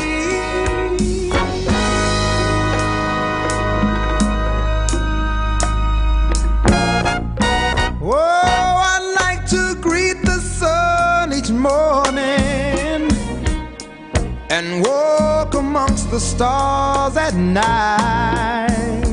ETA Creative Arts Foundation is bringing community back to the community with its Outside the Box social events, starting Monday, November 29th with House Music Mondays, Tuesdays, 1-2 Step, Stepper Set, Wednesdays, Open Mic Night, Thursdays, Karaoke Night, and Friday, All Laughs, No Play comedy series hosted by comedian Stick. For more information about our weekly series, visit www.etacreativearts.org.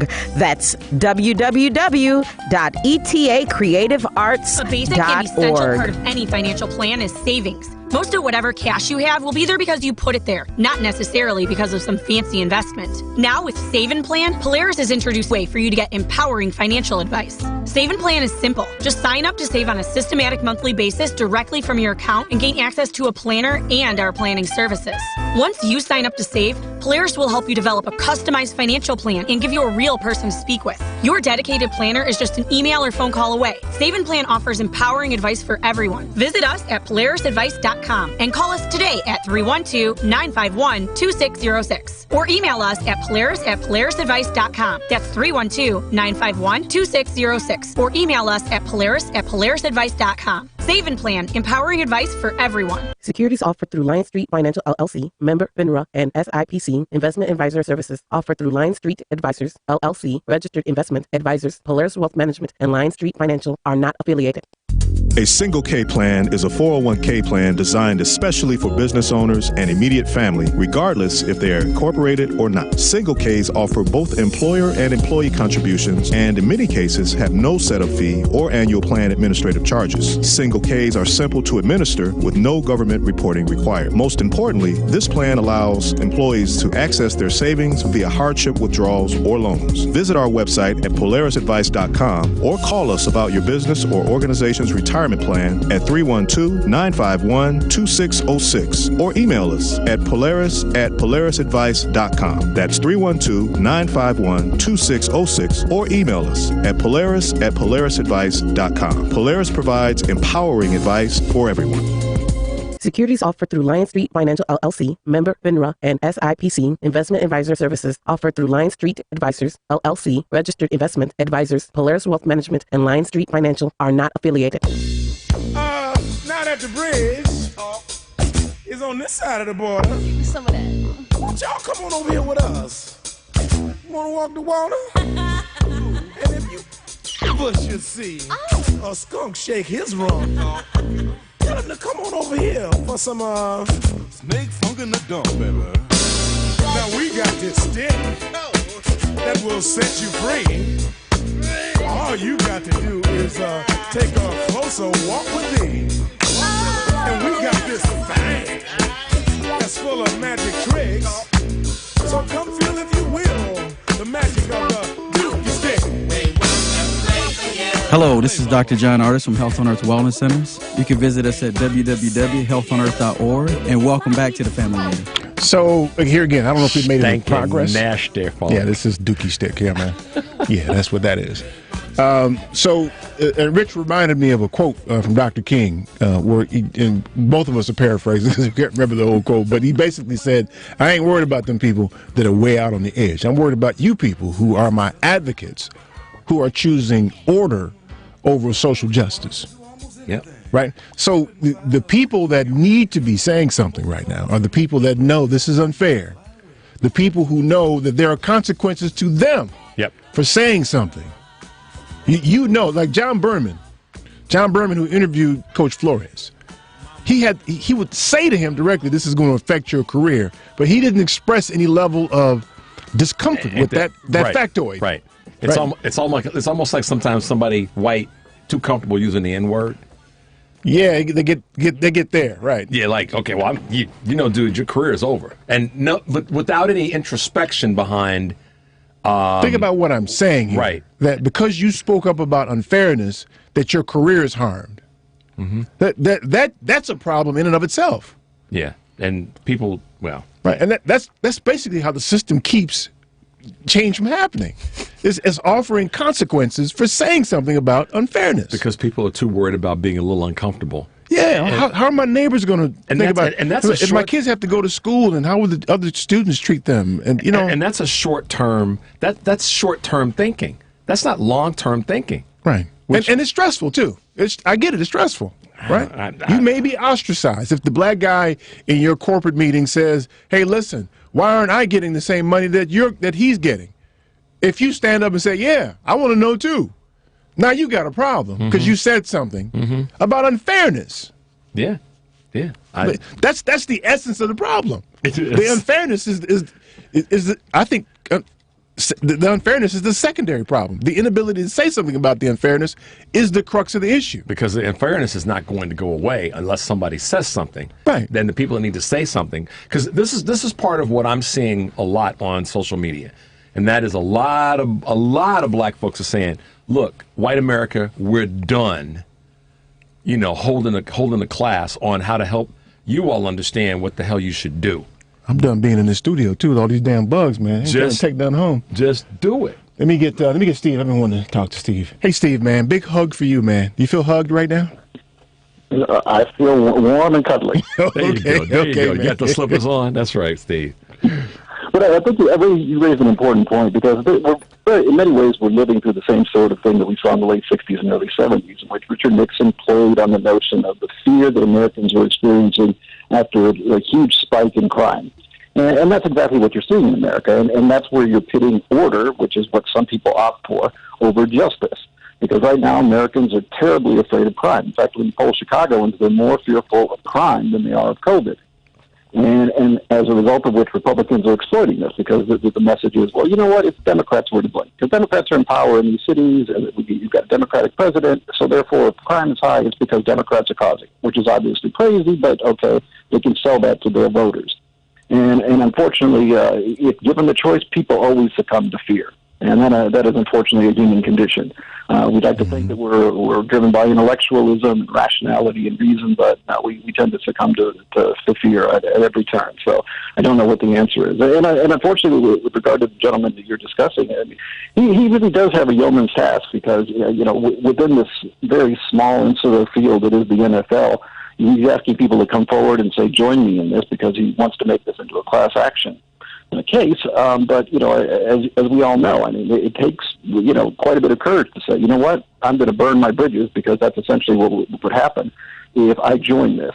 Or do you simply say, well, you know what, I've got a family, I've got a mortgage, I've got kids and grandkids. Do I get on board with him, or do I preserve what I have? And that's a tough choice, and it's sometimes easy to call for that sort of thing when you're not in that position. But I agree. I think that, if you're comfortable enough to have one of those jobs, then, it falls upon you to think about where other people stand and how you can live with yourself, and whether or not, you should stand up, and I believe you should. But I'm not in their shoes, so and the other point is that it's a Herculean task, because there's a difference, as we all know, between what is right and wrong. That's quite obvious in this case, versus what you can prove in a courtroom and under the existing system, and exactly what kind of odds he has of actually prevailing in this case.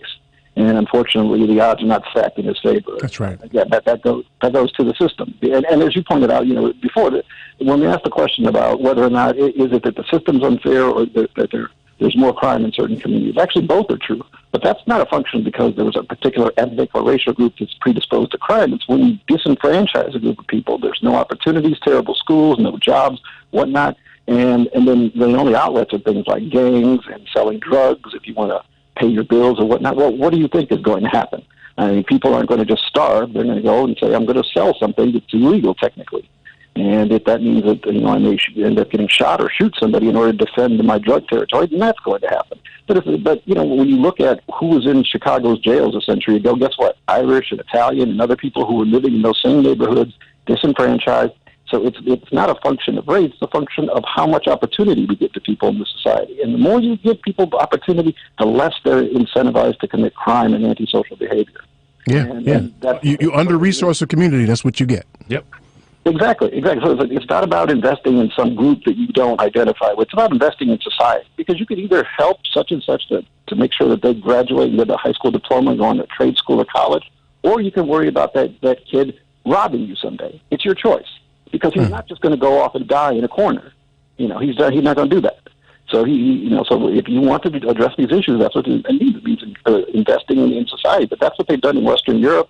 We recognize that there's a bare minimum in terms of what we want to support with regard to social welfare programs and so forth. And they have much less crime, much less violence than we do. But in America, it's this, well, I'm where I am. I'm just going to pull the ladder up behind me, and you all are on your own. Yep, that's what it is. You're right. Thanks, Steve. I appreciate you, man. And a big hug for you again, man. Okay. 2 hugs. Oh, he's going. Okay. Go. Let me get to. I'm going to want to talk to Catherine for a minute here. Catherine, what's new, girl? Hey, Catherine. Hi. Listen, how many people do you know take naps under their blanket, on their couch, with a gun in their hand, much less a mini machine gun? So I know of 2 right now. Why do you ask? Really? Uh-huh. I know. I have a couple, too, that have Yeah. You have to have come up in a certain place or a certain environment to know to do that, though. And these are people that they're not like criminals. They're just your average person afraid. They're the kind of person the NRA should support. Yeah, I have two very close friends. One has a gun right next to his bed, and the same person has one in a holster because he can carry a gun with him in his vehicle in a holster piece in his car. Yeah. Yep. You know, I used to work with a bunch of nurses, and there was like 60 or 80 of us, and one girl, only one out of the number, said that she slept with a gun under her pillow.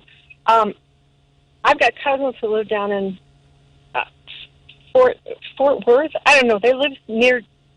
Anyway, they live near Dallas or someplace, but kind of out in the country, and they're real gun people. Like, they really they think that everybody should carry. And I said to them one time, what are you so afraid of that you need to carry a gun all the time? Because it really isn't. They don't have crime. I mean, they don't live in Englewood. If I lived in Englewood, yeah, I'd carry a gun. But I don't live in Englewood. And you know what? Somebody could come in and kill me tonight, and I'd be saying, I wish I had a gun. But I'd probably kill myself. Yeah, most people who have guns get the gun used on themselves before they shoot somebody else. It rarely is the case where you have a gun and you save your own life. That's rarely the case. Yeah. Exactly. I mean, I'd probably pull it out and shoot myself first. Right, Barney Fife style. I got it. Yeah. Drop it and shoot yourself in the foot, huh? Shoot myself just putting it away. Yeah.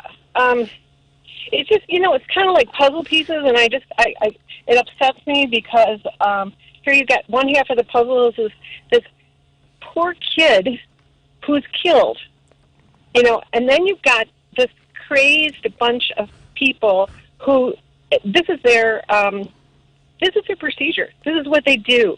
They get all gunned up for it. They're all excited. They're all screaming. They're running in at the same time. I'm sure they're patting themselves on the back before they go in, like, wow, we get to be, real men and make lots of noise and go in with guns blazing. And then they kill this kid. And it's like, it's terrible. It shouldn't be allowed.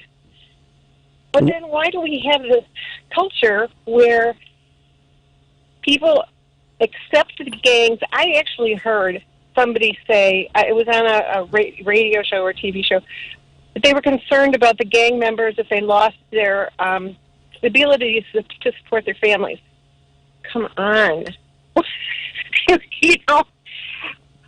Get a job. I mean, the ability to support your family, that should not be part of our culture. No one should be thinking, well, I got to be good to the gang. But, I talked to a young man one time. I was talking, I have insurance through Humana. There's a young guy who lived in Louisville, and I talk to everybody. I mean, I talk to people on elevators. I'm just you're that weird lady. I am. Oh, here we go. Catherine. Here comes Catherine again. Oh, boy. Turn around. Yeah. Exactly. And, we had a nice conversation, but he was bringing up, I asked him where he lived, what the temperature was. I said, I live in Chicago. He wanted to talk about the show Shy. And you could tell he just thought it was great. And I'm thinking to myself, what is that a show about? So I watched it, and he was so excited about the show. He just thought it was so cool, and he really wanted to visit Chicago because it was so cool. And I was thinking, this is, that's a movie. That's a show. That's not real life. Real life is this horrible nitty-gritty where every day you sit and you turn on the TV and somebody else has been killed. Yeah. For no reason. Well, so, Catherine, I asked this question a lot of people, and I would, based on what you've said today, I want to ask it of you, too.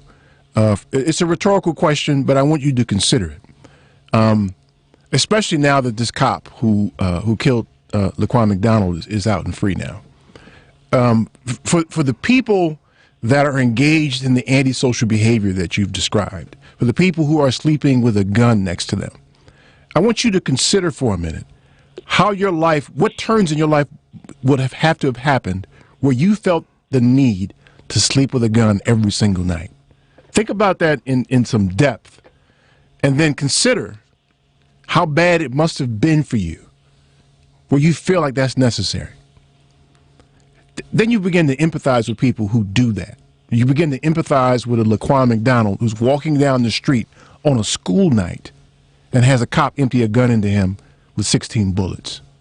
How bad would it have gotten if Catherine's on that street on the south side walking down the street with a knife in her hand? How bad had your life gotten if you're there?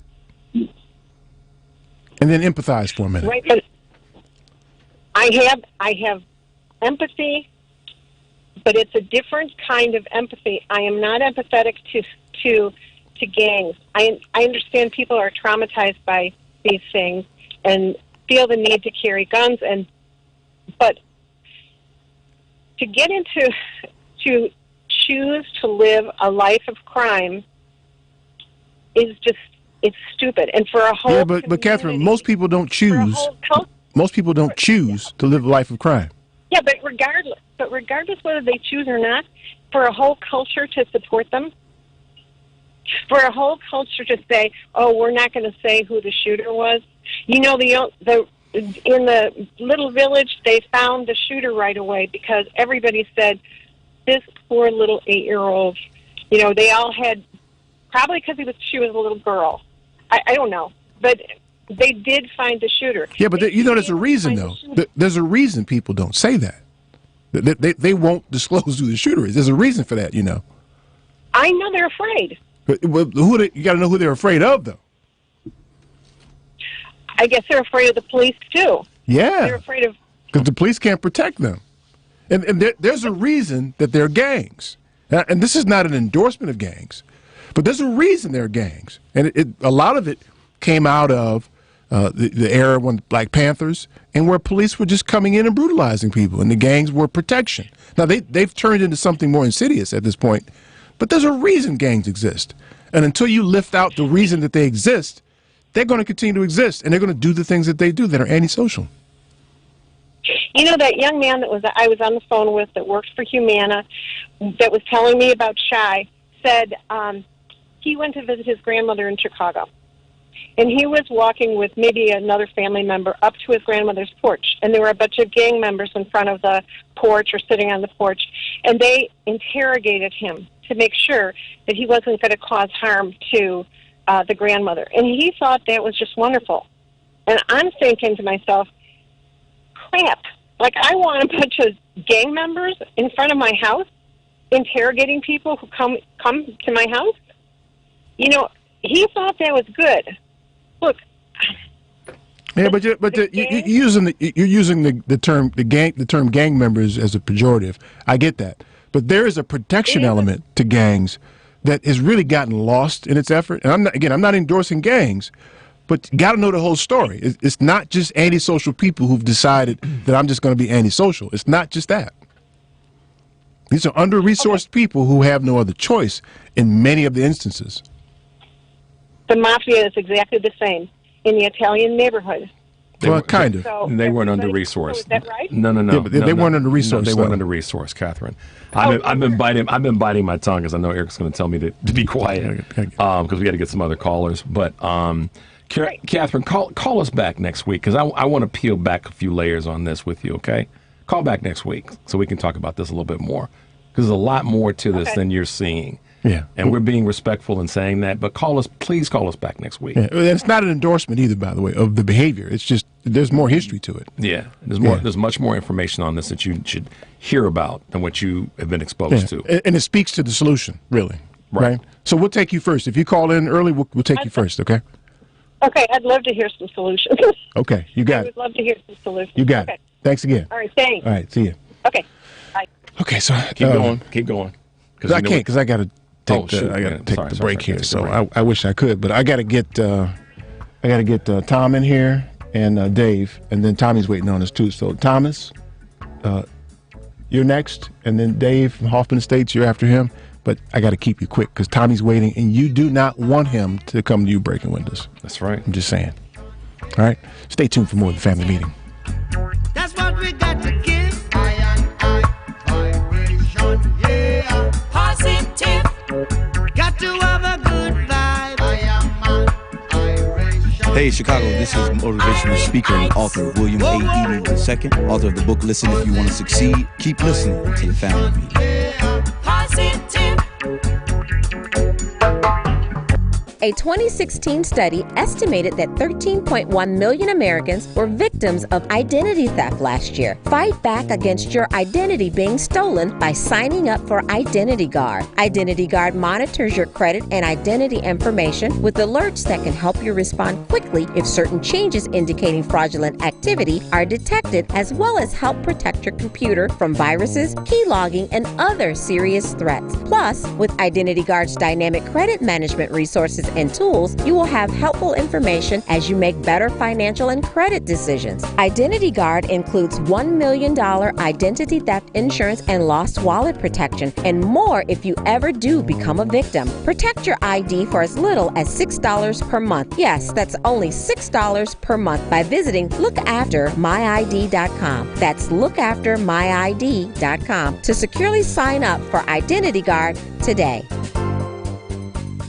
Hey, Family Meeting cousins. As you know, we've created a Patreon family meeting subscription and membership page to include you great listeners in our effort and give you a chance to very economically promote your business, organization, or local event. You can contribute as little as $5 per month to get your message out and support the Family Meeting as a viable voice. We know you appreciate our permanent interest dialogue, get up and dance playlist, and our great guests who stop by. So become a cousin and go to our website, thefamilymeeting.com, and click on the link.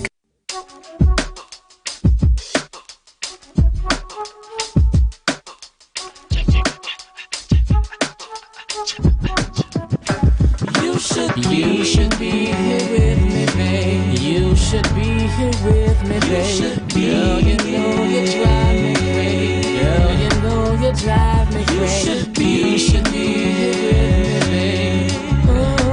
Ooh, girl, I just want you to drive me crazy. You should be here in the morning time when I'm making my breakfast. You should be here beneath me, to feel me, to heal me. You should be here to wrap me, to trap me, then climb me. You should be here. I'm a good man and I work hard on my night job. This is Andre Davis. Welcome back to the family meeting. So we're in radio rapid show. fire time here, y'all. Sorry for that, man. We y'all got to hit it. Got engaged a little bit here. So let me go with Thomas first here. Hey, Thomas. Thanks for holding, man. You're welcome. Good afternoon, gentlemen. I'll make it quick. Eric, this discussion you had earlier about the barbershop, what was the discussion after you and your friend left the barbershop in the vehicle on the way to wherever you I got? told him he need to cut all his hair off, man. Don't go back to that barbershop no more. I thought the same thing, Tom. It's like, what the hell did y'all talk about when you left? I was like, Killer, where you got me at, man? What's up, man? Thomas, that'd be like you and me rolling up into a barbershop someplace and going, you're like, Rich, what were you thinking, dude? I just had to know that. And to respond to Steve and to Kathy. Kathy, I pray for you. Help you, please, Lord. Steve, this is why we have Muhammad Ali, Jim Brown, and Rayford Johnson and Kareem Abdul-Jabbar to stand up. It's time to stand up. Yep. Too late for us. More than time for us to stand up. There it is. Peace, brothers. All Peace, right, man. Steve, stay safe, All man. right. Let's get Dave calling from Hoffman Estates here. Dave, what's new, man? Hey guys, I was mentioning about where Trump got Dave story now where his staffers have been frequently putting documents in burn bags. Remember about a week or so ago they talked about him penchant for tearing apart presidential documents. Not even they were getting regular burn ones, and then the staffers would decide which documents to preserve and which to destroy. And He'll never be held accountable for that. No, never. He won't. No, No, like you said, he ain't never going to put a day in jail. I mean, you had other guys like his lawyer put in 3 years for him and that, but he's not going to. And like you were talking earlier about Clarence Thomas, he was nothing but Scalia's lackey. He never, all Scalia to do is pull the string behind his back. And now, his wife, she's been aiding and abetting whatever these January 6th people, and then people are saying he should be recusing himself or should be impeached. Where's the committee on this? Where's Benny Thompson on this? It's like, that's another reason Trump's never going to do no time in jail, because they're at a snail's pace, trying to get this. Yep, and the Republicans will blow it up when they take over Congress. They'll just blow it all up. Yeah, I mean, in about a month or two, they're going to be already going into campaign mode. Yep. So, people all right, listen, I know you got to get to talking. I'll be well. Thanks, Okay, man. Dave. Thanks, Stay Dave. safe, man. That's I hate that we have to rush people like that sometimes, but I ain't trying to have Tommy out here breaking windows. Tom, what's new, man? I'm always aghast when people begin to talk about certain scenarios or situations that happen in this reality known as life. For instance, if a flashbang comes through your window, if police show up at your house with a no-knock warrant, it is your notification that on this day, you can die. And how do you know this? They're coming in without notification. They're coming in, if the flashbang comes through, with a clear understanding of getting the ups on whoever it is that's in the building or in the house. You would think that with a no-knock warrant that they would open the door, throw some kind of tear gas or something in there to incapacitate people, rather than the norm of the Wild Wild West.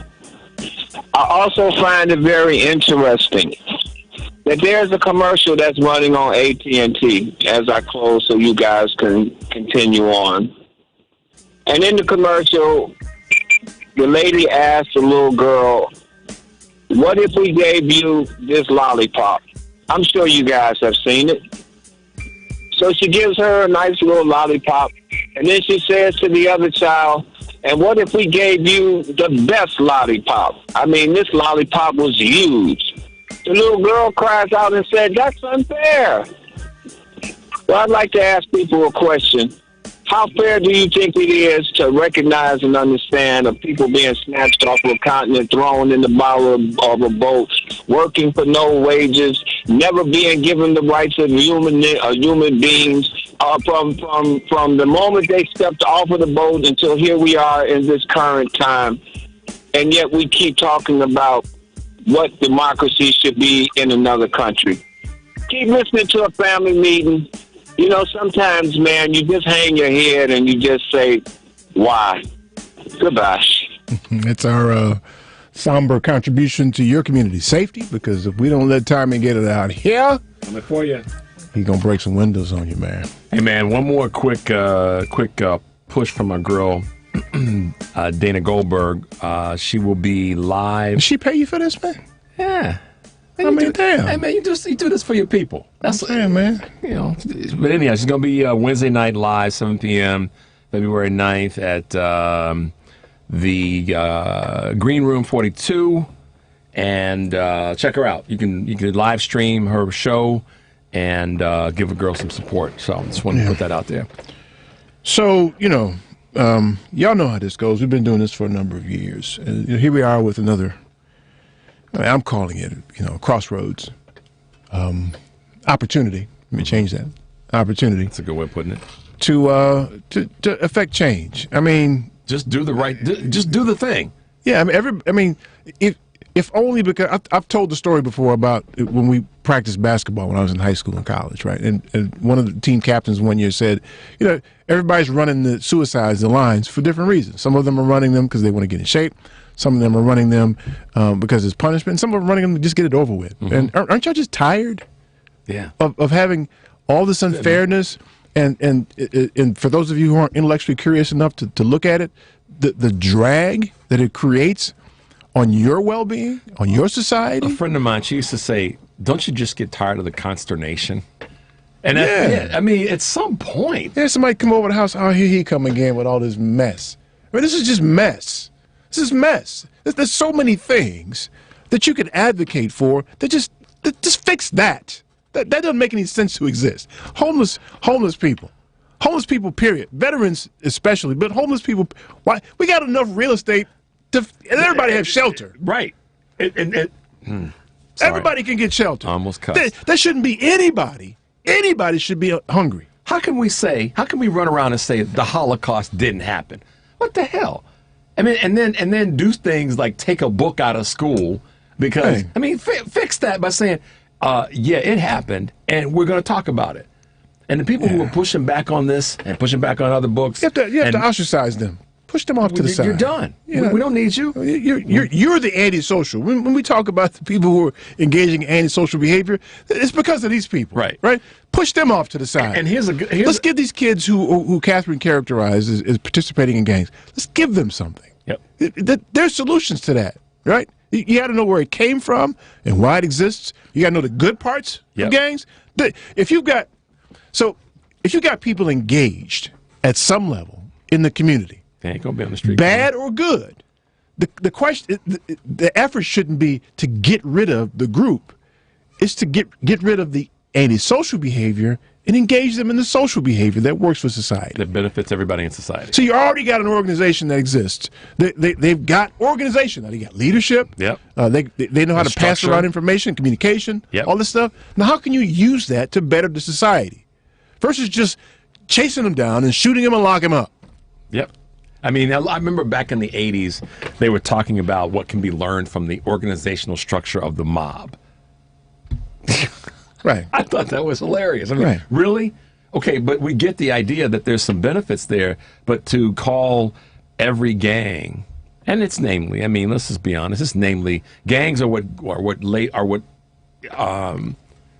what black groups of kids get labeled as. Yeah, the difference between gangs, people try to characterize gangs different than the mob, right? That's a difference without a distinction. Right. They do the exact same thing. Yep. Right, just one of them is well-resourced and the other isn't. Yeah. That's the only difference. And glamorized, frankly. Glamorized. And the other is looked at as a scourge of society without looking at, like, as you said, what's underneath the blanket, what's really underneath there. In fact, I would argue that the mob uses the gangs. But they do. To their end. There's no need for you to speculate. That happens. That's proven. Exactly. So, I mean, let's not walk around the edges and lie about this and then characterize people a certain kind of way. I want to ask the question. There's easy solutions to this. I want to ask the question to the. Oh, by the way, I'm sorry. Keep that thought for a second. Anybody in this city, any mayoral candidate who's talking about increasing police, ain't getting my vote. They don't deserve a vote because that ain't the answer. No, it's not. It's right. resources. And that's not a knock against police. That is, you got people who are under-resourced.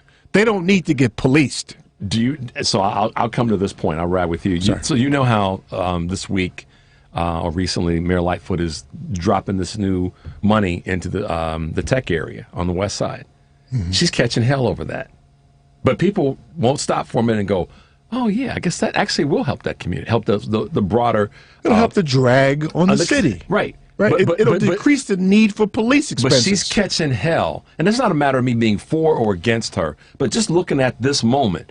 She's doing something to advance the community at large, and specifically that community, that neighborhood. Right. She's catching hell. The system is starting to work to undermine it and make it not work effectively. But ain't nobody say a damn thing anytime a new project goes into a predominantly white community. Not high rise, not a damn condo thing. Building. And that's the part where Eric and I go, okay, we get when the mindset of a Catherine calls on the show, but dig a little bit deeper. Because that's exactly, she said, get a job. Okay, well, the under-resourcing of the community, the mayor is trying to fix, but she's catching hell for trying to fix it. How insidious is that? Good ideas are good ideas. It doesn't matter, to me at least, which political gang they come from. If it's a good idea, it's a good idea. That's why we have our permanent interests that override the political gang. Right. Let me tell you something. Just so y'all can be upset with me. as we wrap this up. Uh-oh. Yeah, you ready for this? Go. If you had the GOP, if part of their platform involved adding all or most of our permanent interests, I'll be damned if I ain't voting Republican. Because one of our permanent interests is to eliminate this whole issue of bias and balancing this, leveling the playing field. Right. That's all we're asking for. So if the GOP suddenly flipped on its side and said, "Wait a minute, we can capture all this support, we can capture all these votes if we just change this." Right, because the Democrats aren't aggressive about it. So we know how to be aggressive. Let's go on. If we get aggressive about this, we're in leadership forever. Done. But they're too stupid. That's too stupid too. Your boy Trump would be in office right now had he reacted to the pandemic differently. If he and this is where because he's too stupid. He was too stupid, and this is why everybody who's saying I'm not going to wear a mask, I'm not going to get vaccinated or boosted, is an idiot, because Trump is on tape telling what's his name? I forget his name now. This is pretty bad. Yeah, Woodward.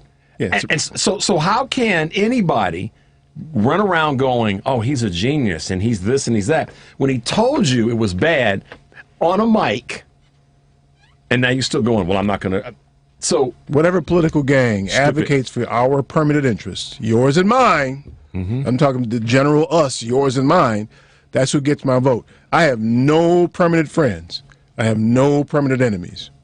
Because the minute that I just have permanent interests. That changes, then we got a problem. Right. Exactly. So now y'all mad, right? Y'all mad now. You trying to no. Wait, as I would say, as the phrase goes, run till that. You're gonna tell somebody that that's what I said. But listen, y'all can tune in next week and pick on me all you want. Let me tell you something. I don't care. He don't care. I don't care what y'all. And I know he don't care. No, man. We just go. Cause listen, I'll say something. If it's I ain't afraid to say nothing. 2 prior shows, Eric said, "I'm reining it in. I'm asking the broad question." Do you think he cares? Yeah, I didn't really care about your answers, by the way, the last 2 weeks. Yeah, I didn't really care at all. I was curious, but I didn't care about them. It maybe if somebody called and said, "Yeah, listen, my children are in counseling now because they learned about all that their grandparents did, and it's just so horrible." Slap them around a little bit, give them a Pop-Tart. They'll be all right. Yeah, I mean, go in the yard and play. That's what happened to us. Right. Listen, man, I appreciate y'all hanging out with us. There's a lot of things you can do on a Sunday, and I appreciate you doing it with us. That's all the time we have. I want to thank you for yours, for the Black Asian dude. Always, man. And for Tressa, with all of our love. She lost her father last week. She did. And you lost your sister. I forgot to say something about that, man. Sorry, man. I'm sorry, man, Don't worry. for that, man. And our white slave, Devin. There it is. We appreciate y'all for all you do. Tune into the family meeting every Sunday at 4. I'm your host, Eric Grant. Peace. Overweight, love, and MC. Rub your gently. You know, Steve, sponsored by Polaris Insurance Agency.